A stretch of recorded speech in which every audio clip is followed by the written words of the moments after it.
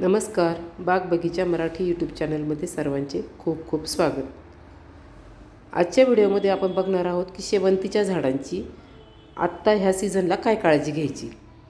तर आता फेब्रुवारी महिना जवळजवळ संपत आलेला आहे आणि मला वाटतं आता सगळ्यांच्याच बागेतली शेवंतीचे फुलं सुकले असतील.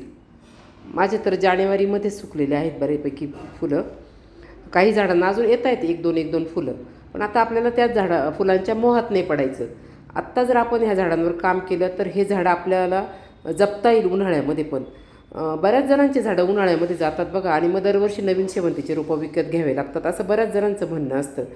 तर आज आपण शेवंतीच्या संपूर्ण काळजीविषयी बघणार आहोत की आता आपल्याला शेवंतीचे झाडं कसे जपायचे आणि त्याच्यावर काय काम करायचं, म्हणजे उन्हाळ्यामध्ये आपल्याला त्याची भरपूर रोपं तयार करता येतील पुढच्या वर्षीसाठी.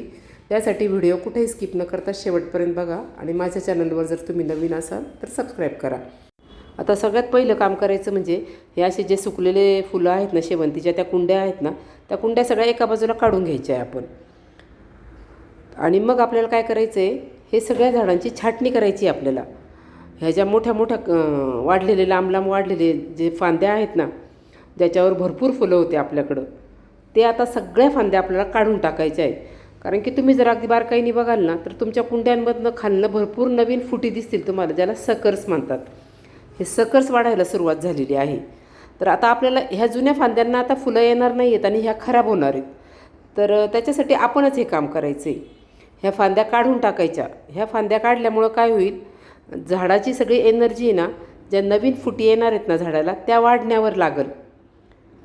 झाडाचं अन्न सगळं तिथे पुरवठा होईल आणि आपल्या ज्या सकर्स आहेत ना कुंडीमधले, किंवा ज्या नवीन फुटी दिसत आहेत ना तुम्हाला खालनं, त्या छान वाढतील. तुम्ही बघता बघा, शेवंतीच्या मुळीला मुळी तयार होते आणि वरती रोप येतं, असं शेजारी शेजारी येत राहतात बघा. हे बघा, अशा सगळ्या वरच्या फांद्या मी आता ह्या काढून टाकलेल्या आहेत.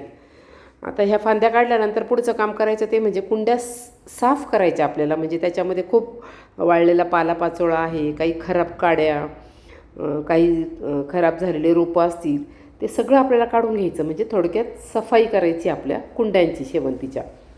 ते सगळं काढून घ्यायचे, कारण की त्याच्या पुढचं काम करायचं आहे ते म्हणजे आपल्याला त्यात खत घालायचं आहे. त्यासाठी आपल्याला त्याच्यामध्ये हे सगळं काढायचं. आता बघा, तुम्हाला अगदी स्पष्ट दिसत आहेत, त्याच्यात भरपूर सकर्स आलेले आहेत. अगदी काही दिवसात तुम्हाला दाखवते मी, हे कुंडी अगदी भरून जाणार आहेत, इतकी जोमाने वाढ होणार आहे त्याची. तर आता व्यवस्थित माती उकरून घ्यायची जिथे जिथे जागा आहे तिथून, आणि कुठलंही कंपोस्ट घाला त्याला तुम्ही. तर आता माझ्याकडे हे शेणखत आहे. तुमच्याकडे जर लीफ कंपोस्ट असेल, किचन कंपोस्ट असेल किंवा गांडूळ खत असेल, असं कुठलंही नायट्रोजन रिच खत त्याला घालायचं आहे, की ज्यामुळे आपल्या झाडांची वाढ होईल. आता आपल्याला फुलं नको आहे, फुलांचा सीझन लांब आहे, आणि आता अशा सगळ्या कुंड्यांना खत घालून घ्यायचं आणि त्याला भरपूर पाणी घालायचं.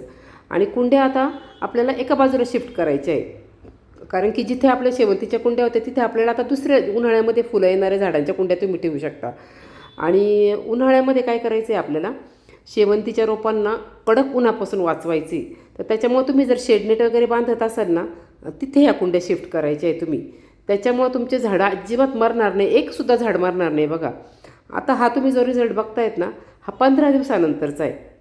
हे 15 दिवसानंतर कुंड्या अशा नवीन रोपांनी गच्च भरल्या आहेत बघा. तर आता मार्चमध्ये पुढचा आपला व्हिडिओ येईल की याचे हे सकर्स काढायचे आणि नवीन रोपं तयार करायचे शेवंतीचे. असे असंख्य रोपं आपण तयार करू शकतो बघा. आता फक्त उन्हाळ्यामध्ये ह्या रोपांना जर तुम्ही जपल्या ना, तर तुमच्याकडं पुढच्या वर्षी शेवंतीची बहारच येईल बघा. वेगवेगळ्या कलरचे भरपूर रोपं तयार होतील. तर कसा वाटला व्हिडिओ? आवडला असेल तर नक्की लाईक करा, शेअर करा. थँक्यू.